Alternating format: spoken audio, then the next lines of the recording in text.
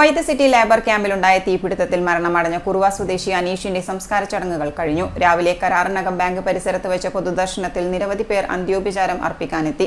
തുടർന്ന് വീട്ടിലെത്തിച്ച ഭൗതിക ശരീരം പയ്യാമ്പലം ശ്മശാനത്തിൽ സംസ്കരിച്ചു.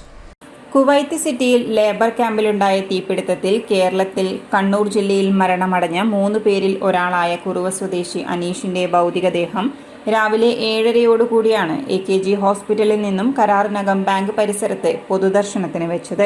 സമൂഹത്തിന്റെ നാനാതുറകളിലുള്ളവർ അനുശോചനം അർപ്പിക്കാൻ എത്തി. കണ്ണൂർ ജില്ലാ collector Arun K Vijayan, mayor Muslih Madathil, advocate P Indira, ജനപ്രതിനിധികളായ CPM ജില്ലാ secretary MV Jayarajan, advocate Martin George, BJP ജില്ലാ പ്രസിഡന്റ് N ഹരിദാസ്, മുസ്ലിം ലീഗ് ജില്ലാ president Abdul Kareem Cheleri, Kannur MP K Sudhakaran തുടങ്ങിയ പ്രമുഖർ പൊതുദർശന വേദിയിലും വീട്ടിലുമെത്തി അന്ത്യോപചാരം അർപ്പിച്ചു.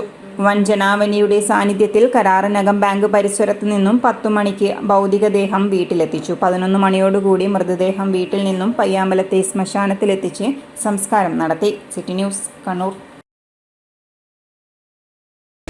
കുവൈറ്റ് ലേബർ ക്യാമ്പിലുണ്ടായ തീപിടുത്തത്തിൽ മരണമടഞ്ഞ അനീഷിൻ്റെ മൃതദേഹം ഭൗതിക ശരീരം ഇവിടെ രാവിലെ 8 മണിക്ക് കരാറിനകം ബാങ്ക് പരിസരത്ത് പൊതുദർശനത്തിന് വെച്ച ശേഷം 10 മണിക്ക് അദ്ദേഹത്തിൻ്റെ വീട്ടിലേക്ക് കൊണ്ടുവരികയും വീട്ടിൽ നിന്നും ആ ഭൗതിക ശരീരം 11 മണിക്ക് പയ്യാമ്പലത്തേക്ക് എടുക്കുകയും ചെയ്തിട്ടുണ്ട്. സമൂഹത്തിൻ്റെ നാനാ തുറകളിലുള്ള വിവിധ മേഖലകളിലുള്ളവർ അദ്ദേഹത്തിന് അന്ത്യോപചാരം അർപ്പിക്കാൻ ഇവിടെ എത്തിയിട്ടുണ്ട്. അദ്ദേഹം നമ്മുടെ സമൂഹത്തെ, അതായത് ഈ കുറുവ ദേശത്തെയും വലിയൊരു സമൂഹത്തെയും തനിച്ചാക്കി, കുടുംബക്കാരെ തനിച്ചാക്കി, എല്ലാവരെയും വിട്ടുപിരിഞ്ഞ് സങ്കടക്കടലിൽ ആഴ്ത്തിക്കൊണ്ടാണ് അദ്ദേഹം യാത്രയാവുന്നത്. അദ്ദേഹത്തിന് സിറ്റി ചാനലിൻ്റെ പ്രണാമം.